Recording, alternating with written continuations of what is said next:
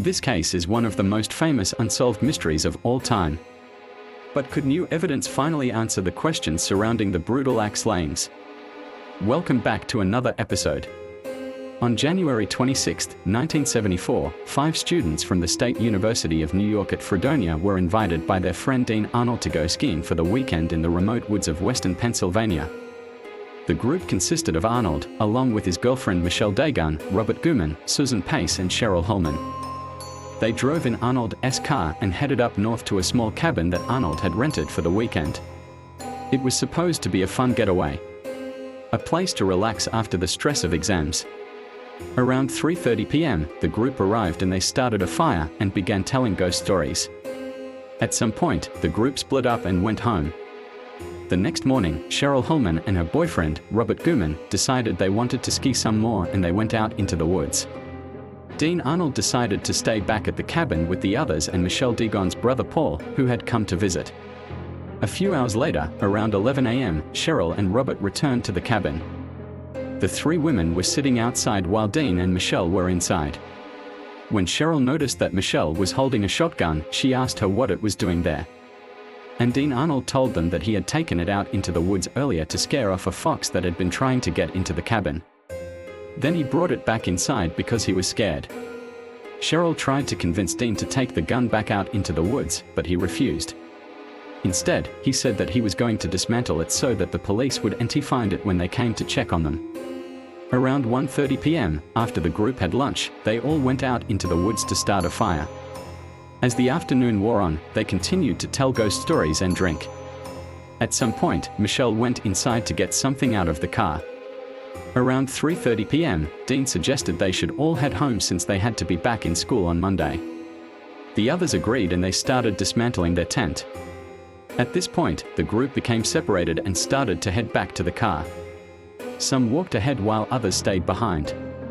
While the group was splitting up, someone fired a shotgun at Cheryl Holman, killing her instantly. The others ran over and found her body lying in the snow. In a panic, they called for help. Meanwhile, the killer disappeared into the woods. When the authorities arrived at the scene, they found blood all over the ground and Cheryl's purse, which still contained her wallet, money, car keys and other personal belongings. This indicated that the murder wasn't a robbery. Police also found some tire tracks near the scene. But despite an extensive search of the area, they couldn't find any signs of the killer or even his footprints. As the investigation continued, the police interviewed each member of the group separately. Initially, everyone stuck to the same story, saying that they were telling ghost stories around the fire and drinking until they heard a shotgun blast. However, after further questioning, Michelle Dagon admitted that she had lied to the police and changed her story.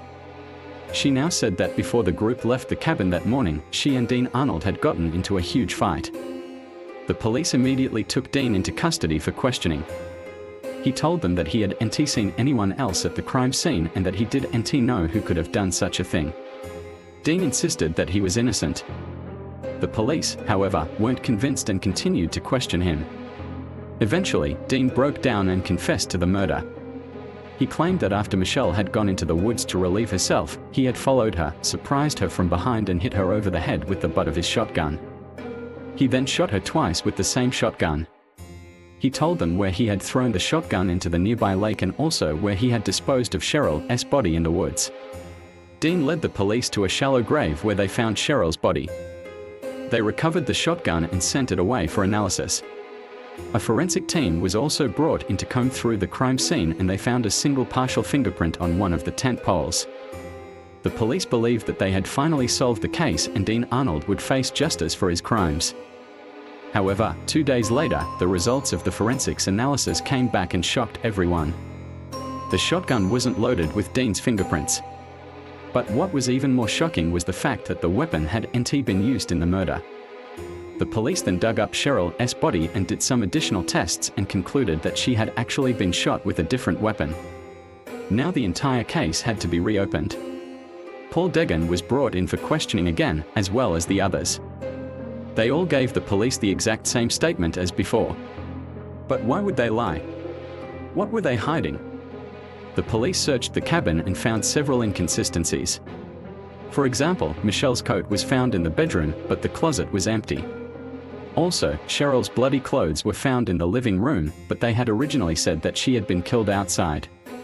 Over the years, many theories about the case arose. One theory pointed towards Michelle Degon, who seemed to be the only person who had a motive to kill Cheryl. Some believed that Dean Arnold had actually killed Cheryl accidentally, but Michelle had covered it up. Others believed that Michelle and Paul Degon had killed Cheryl together. Even more believed that Paul Degon had acted alone. But now, more than 48 years later, the case has taken another turn. In October 2022, a man reached out to the police claiming that he had information about the case. According to him, he was camping near the exact same location just 3 weeks before the murder, and he believes that he saw one of the suspects leaving the area. Unfortunately, he didn't report it until decades later. He said that he was backpacking in the woods and came across a man pulling a sled full of lumber. The man struggled to get the sled unstuck, so the camper offered to help him. When they finally got the sled free, the man thanked the camper and revealed that he needed to hurry home before his girlfriend woke up. He was worried that if she saw the blood on his clothes, she would leave him. At first, the camper thought that the man was joking, but then he noticed that he was missing a finger. And the wound was still fresh, meaning that it happened recently. This information was never reported until now. After hearing about the murder, the camper realized that the man he helped may have been the killer, and he rushed to call the authorities.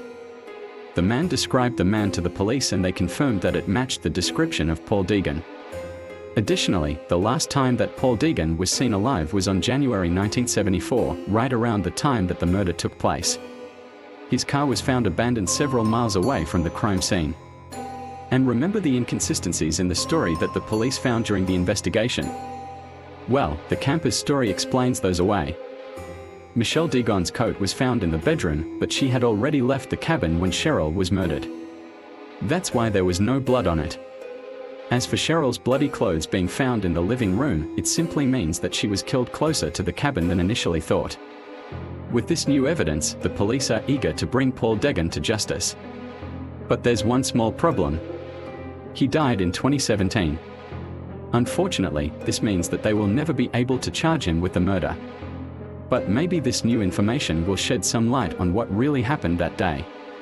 And perhaps one day we will know exactly what happened to Cheryl. What do you think? Was Paul Degon really the killer all along? Or is there someone else that we don't know about? Let me know your thoughts. Thank you for watching. And if you liked the video, please leave a like and subscribe. I'll see you next time.